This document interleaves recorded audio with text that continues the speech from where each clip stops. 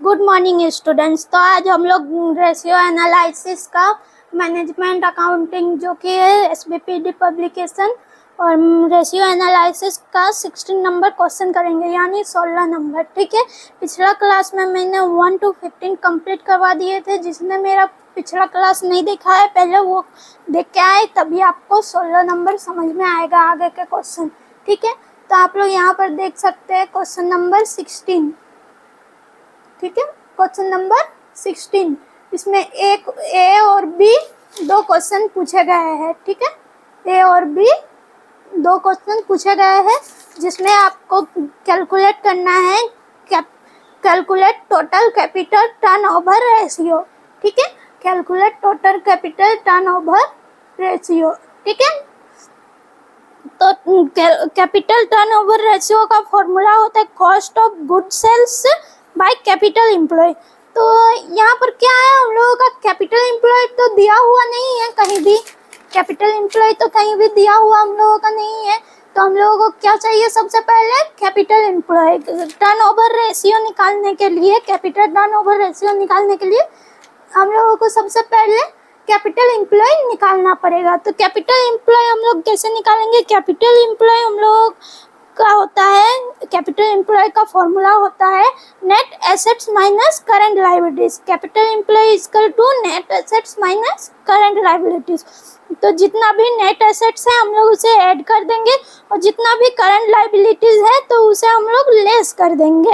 ठीक है, तो हम लोगों के पास करंट एसेट्स है 6 लाख। 6 लाख कैसे आया, यहाँ पर आप लोगों का 1 लाख दिया हुआ है, 6 पेड अप है, तो 1 लाख को हम लोग 6 से इंटू कर देंगे तो पेड अप 6 लाख आएगा। ठीक है, अब हम लोग इसमें लेस कर देंगे, इसमें लेस करेंगे क्या क्या, कैपिटल एम्प्लॉयड जितना भी, सॉरी अभी इसमें एसेट्स और है, एसेट्स हमारे पास और है। यहाँ पर एसेट्स में हम लोगों का 1 लाख आ जाता है, यहाँ 1 लाख एसेट्स का ये वाला है, 1 लाख को ऐड कर देंगे 2 लाख, 1,22,500, उसके बाद ये इसे भी ऐड कर देंगे। ठीक है, और लेस में हमारा लायबिलिटीज, ये हमारा क्या हो जाएगा, लायबिलिटीज। तो हम लोग लायबिलिटीज को लेस कर देंगे तो हमारे पास कितना आ जाएगा, इस तरह से हम लोग लिखेंगे 1 लाख 2 लाख प्लस पहले सबसे पहले 6 लाख लिखेंगे। ठीक है, ये एक है। ठीक है, 1,22,500। ठीक है गाइस, अब इसमें हम लोग जितना भी एसेट्स है सबको ऐड कर दिए और लेस कर देंगे 3 लाख। 3 लाख हमारा क्या है, लायबिलिटीज, तो हम लोगों को इसे लेस कर देना है। तो ऐड करके हमारे पास 11 लाख आया। 11 लाख में अगर 3 लाख हम लोग घटाते हैं तो हमारे पास बचता है 8 लाख। अब हम लोग कैलकुलेट करेंगे capital turnover ratio equal to cost of sales by capital employed. तो कैपिटल एम्प्लॉय तो हमारे पास आ गया, हम लोगों ने अभी कैलकुलेट करके निकाला कैपिटल एम्प्लॉय, और हमारे पास कॉस्ट ऑफ गुड सोल्ड दिया हुआ है। यहाँ पर कॉस्ट ऑफ गुड सेल्स, यहाँ देखिए बिक्री की कुल लागत यानी cost of sales amount to 16 lakh. ठीक है, तो हम लोगों को 16 लाख से डिवाइड कर देना है 8 लाख को, तो ये पूरी 2 के टेबल से कट जाएगा तो 2 टाइम्स आएगा। ठीक है, सॉरी 8 के टेबल से काटेंगे, आप जिससे चाहे काट सकते हैं, आंसर हमारा 2 टाइम्स ही आएगा। ठीक है, अब हम लोग इसका बी नंबर क्वेश्चन सॉल्व करेंगे। बी नंबर कुछ नहीं है, बी नंबर में हम लोगों का क्या है कि हम लोगों को नेट सेल्स दिया हुआ नहीं है, सॉरी कॉस्ट ऑफ सेल्स दिया हुआ नहीं है। ठीक है, तो हम लोगों को कॉस्ट ऑफ सेल्स को क्या कर देना है, एक्स मान लेना है। जैसे कि आप लोग यहाँ देख सकते हैं, let the cost of sales be equal to x मैंने मान लिया, और स्टॉक परचेस रेशियो का फॉर्मूला होता है, स्टॉक टर्नओवर रेशियो का फॉर्मूला होता है cost of sales by average stock. Average stock मैंने आप लोगों को पहले भी निकालना सिखाया है कि एवरेज स्टॉक कैसे निकाला जाता है, ओपनिंग माइनस क्लोजिंग करके बाय 2 कर देते हैं तो हमारा एवरेज स्टॉक निकलता है। लेकिन इसमें एवरेज स्टॉक हम लोगों का दिया हुआ है, सिर्फ हमें क्या मालूम नहीं है, कॉस्ट ऑफ सेल्स। तो कॉस्ट ऑफ सेल्स निकालने के लिए हम लोगों का टर्नओवर रेशियो स्टॉक का 5 दिया हुआ है, देख लीजिए क्वेश्चन में 5 दिया हुआ है यहाँ 5 टाइम्स, तो हम लोग टर्नओवर रेशियो 5 लिख देंगे और x हम लोग सेल्स को माने तो x लिख देंगे बाय 1 लाख दिया हुआ है एवरेज स्टॉक, तो एवरेज स्टॉक को हम लोग इंटू कर देंगे, ट्रांसफर कर देंगे तो x इधर आ जाएगा, तो x equal to 1 lakh into 5 कर देंगे, तो इसीलिए कॉस्ट ऑफ सेल्स हम लोगों का 5 लाख निकलता है। अब ग्रोस प्रॉफिट भी इसमें चाहिए, तो ग्रोस प्रॉफिट इसका बोला गया है 25% ऑफ जितना आएगा सेल्स, तो ग्रोस प्रॉफिट हम लोग 25% निकाल देते हैं सेल्स का, तो हमारे पास 1,25,000 आता है। ठीक है, तो अब नाउ सेलिंग प्राइस हम लोग करेंगे, सेलिंग प्राइस में जितना भी आया सभी अमाउंट को जोड़ देंगे तो हमारा ये टोटल सेलिंग प्राइस आया, यह हमारा आंसर हो गया।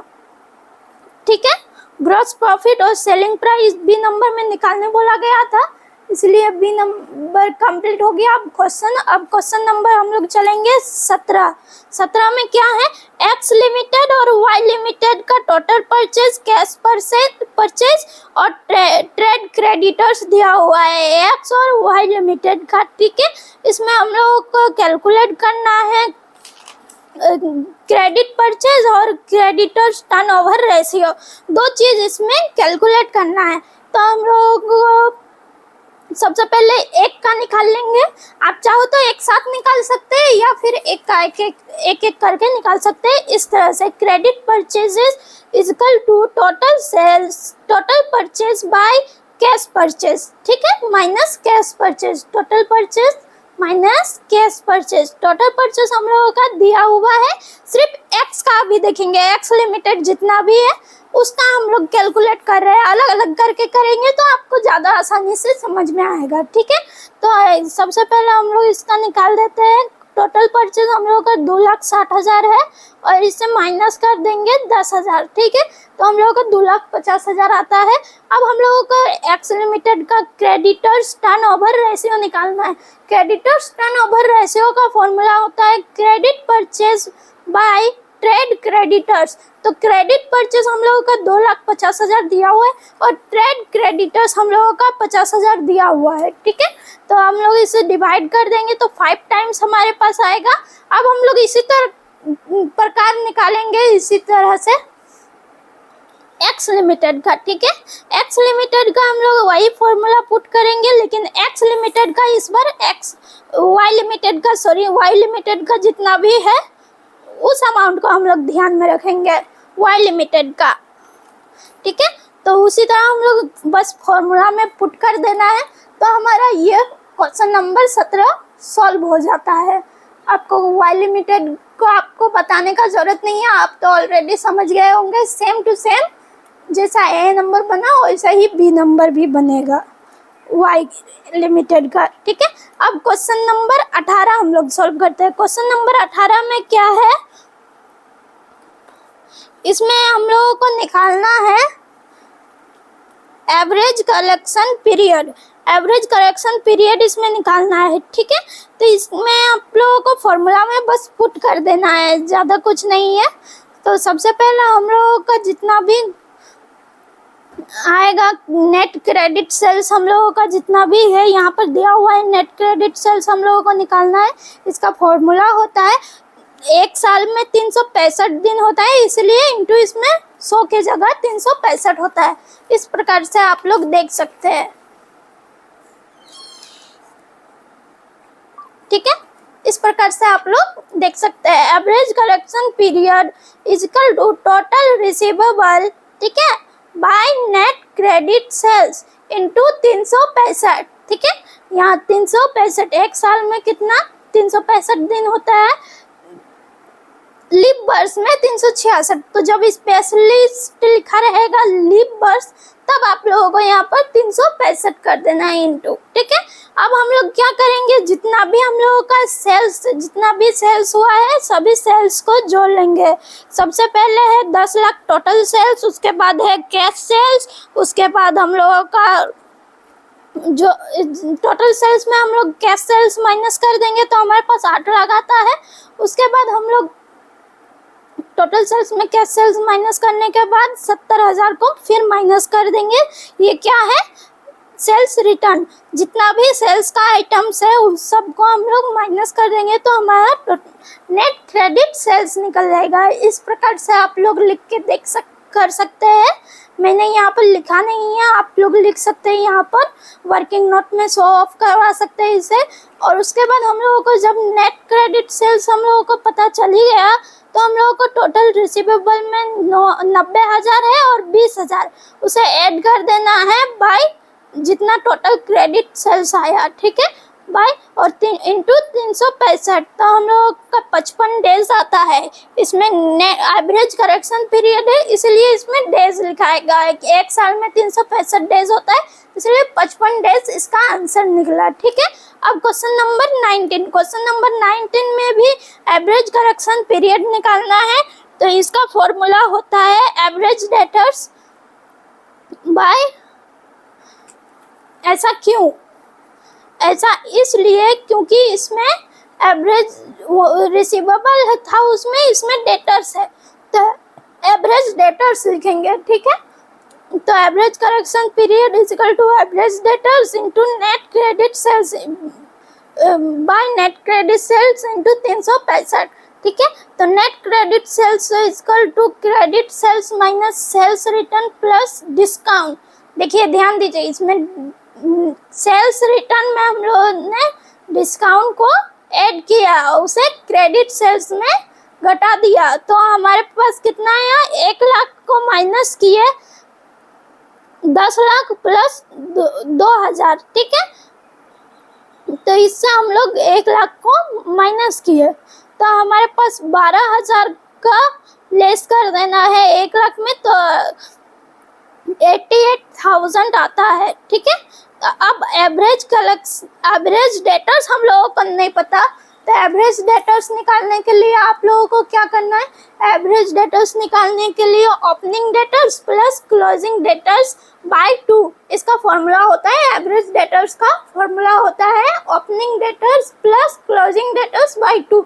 तो ओपनिंग डेटर्स हम लोगों का 50,000 है प्लस 63,000, ठीक है, बाय 2 कर देंगे तो हम लोगों को 1,13,000 बाय 2 कर देना है, तो हमारे पास एवरेज डेटर्स आता है 56,500, ठीक है।